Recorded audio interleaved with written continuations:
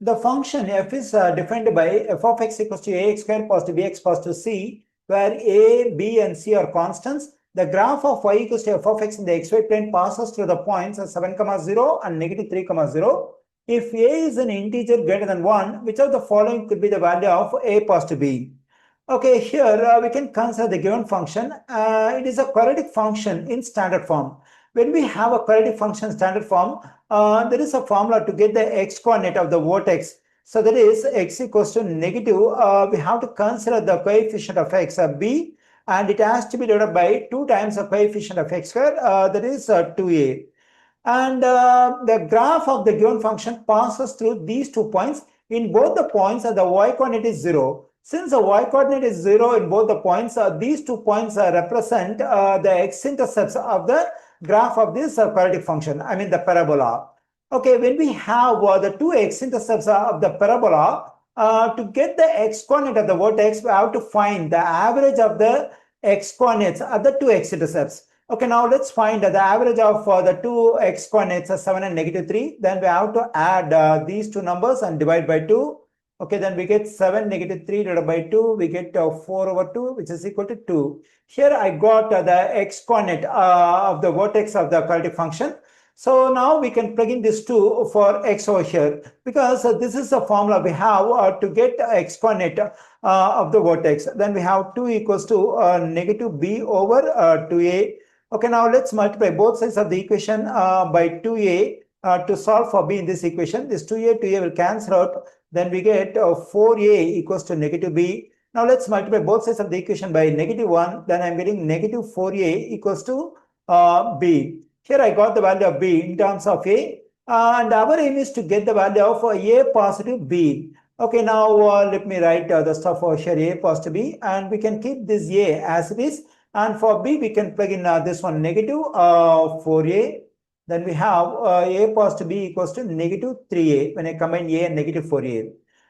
Okay, now let's consider the given answer choices. In each answer choice, we have a value for a positive b.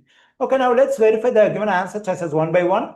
Let me consider the value negative 6 in answer choice a. That is, we have to verify this negative 6 could be the value of this a positive b. So let's plug in this negative 6 for a positive b over here. Then we have negative 6 equals to negative 3a. Let me divide both sides of this equation by negative 3. Then this negative 3 will cancel out. A negative will cancel out. 6 divided by 3 is 2. On the right side, we have a. Here I got the value of a, that is 2. But there is a condition given in the question for the value of a, that is a is an integer greater than 1.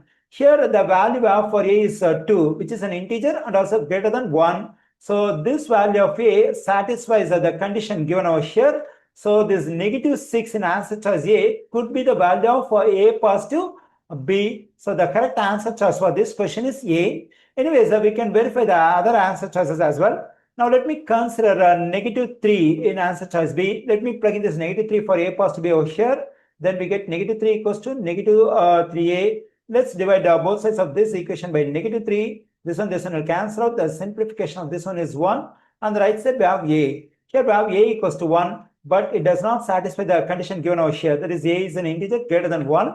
So since this value of a does not satisfy the condition given over here, the value negative 3 in answer choice b could not be the value of a positive b. We can reject this one.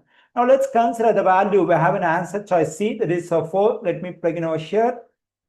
Okay, let's divide both sides by negative 3. This negative 3 will cancel out. We get negative 4 over 3 equals to a. So the same thing also, it does not satisfy the condition we have over here. So a must be an integer greater than 1. Here we get a negative value, and also it is not an integer. So this 4 in answer choice C could not be the value of a positive b. And let's plug in this 5 for a positive b over here. Then we have 5 equals to negative 3a. Let's divide both sides by negative 3. Then this negative 3 will cancel out. We get negative 5 over 3 equals to a.